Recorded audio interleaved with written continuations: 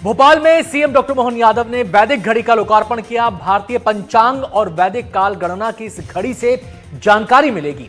मुख्यमंत्री ने एक ऐप भी तैयार कराया है जिसमें 189 भाषाओं को समाहित किया गया है। ये रिपोर्ट देखते हैं।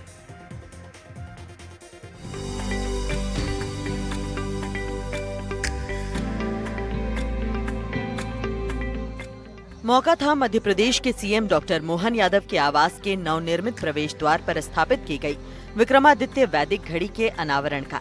इस कार्यक्रम में सीएम मोहन यादव ने विक्रमादित्य वैदिक घड़ी के साथ ही उससे जुड़े मोबाइल ऐप का लोकार्पण किया। सीएम के आवास पर हुए कार्यक्रम में बीजेपी प्रदेश अध्यक्ष हेमंत खंडेलवाल, मंत्री कृष्णा गौर के साथ कई मंत्री और माननीय शामिल हुए।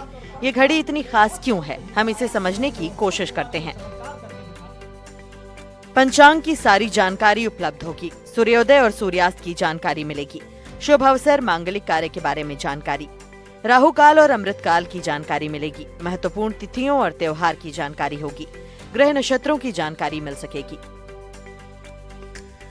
देखा आपने विक्रमादित्य वैदिक घड़ी की खासियत। अब हम घड़ी की खूबियों को समझ चुके हैं।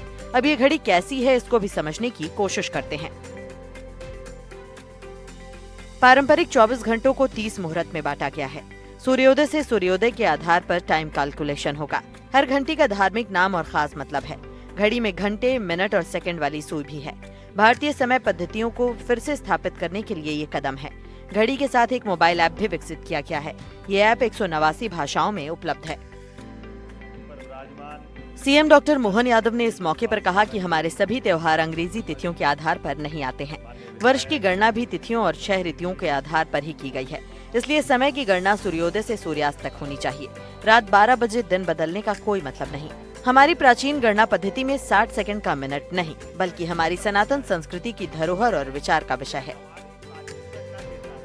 हमारे लिए सौभाग्य की बात है, अतीत के काल से खगोल गणना की दृष्टि से भारतीय काल गणना सदैव दुनिया को आकर्षित करती रही है। ऐसे समय में वैदिक काल गणना की दृष्टि से वैदिक घड़ी का आज यहाँ ऐप का और वैदिक घड़ी का लोकार्पण सीएम हाउस में हुआ है। ये वर्तमान के ग्रीनविच के समय को भी बताएगी, हमारे आज के काल को भी बताएगी और प्राचीन काल को भी बताएगी।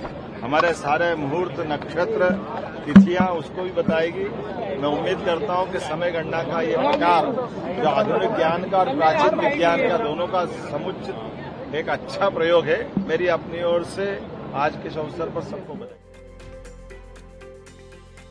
वैदिक घड़ी निर्माता आरोह श्रीवास्तव के मुताबिक घड़ी बनाने का विचार उन्हें पहली बार 2013 में आया, जब वो इंग्लैंड के ग्रीनविच म्यूजियम गए थे। वहां जाकर आरोह श्रीवास्तव को इस बात की जानकारी हुई कि वर्तमान समय प्रणाली, खासतौर से प्राइम मेरिडियन, किस तरह से विश्व पर थोपी गई है।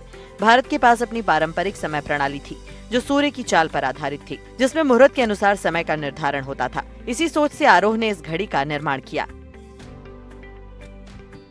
इस घड़ी को हमारे लोग के लाने की सबके सामने ये वजह है कि हम लोगों को दर्शा सकें, पूरे विश्व को दर्शा सकें कि भारत एक बहुत ही आधुनिक देश हमेशा ही से रहा है। हमारी भारतीय परंपरा, हमारा विज्ञान हजारों वर्ष से ही काफी आधुनिक रहा है। हम लोग हमेशा विज्ञान को समझते आए हैं। हम लोग ग्रहों की स्थिति और नक्षत्रों की स्थिति और इन चीजों को बहुत अच्छे से समझते आए हैं। लेकिन काफी सालों से, लगभग हजारों साल भारत गुलामी में रहा। कभी मुगल आए, कभी अंग्रेज आए और हमारी परंपराएं और हमारी नॉलेज हमसे छीन ली गई या मिटा दी गई, जो कि और दूसरी आके पश्चिमी सभ्यताओं की अब नॉलेज हमारे यहाँ पर आके थोप दी गई। तो इसको सबके सामने लाने की ये वजह है कि लोग जाने कि जो 24 घंटे का आज समय का हम प्रयोग कर रहे हैं दुनिया में, वो कैसे आया। लोग सिर्फ घड़ी देखना जानते हैं, लेकिन लोग ये नहीं जानते कि समय निर्मित कैसे हो रहा है। बहरहाल, विक्रमादित्य वैदिक घड़ी भारतीय काल गणना पर आधारित विश्व की पहली घड़ी है। भारतीय काल गणना की सर्वाधिक विश्वसनीय पद्धति की पुनर्स्थापना विक्रमादित्य वैदिक घड़ी के रूप में प्रधानमंत्री नरेंद्र मोदी ने उज्जैन में 29 फरवरी 2024 को किया था, जिसे देश और पूरी दुनिया में अच्छा रिस्पांस मिला था। दिल्ली से एनडीटीवी के लिए ब्यूरो रिपोर्ट।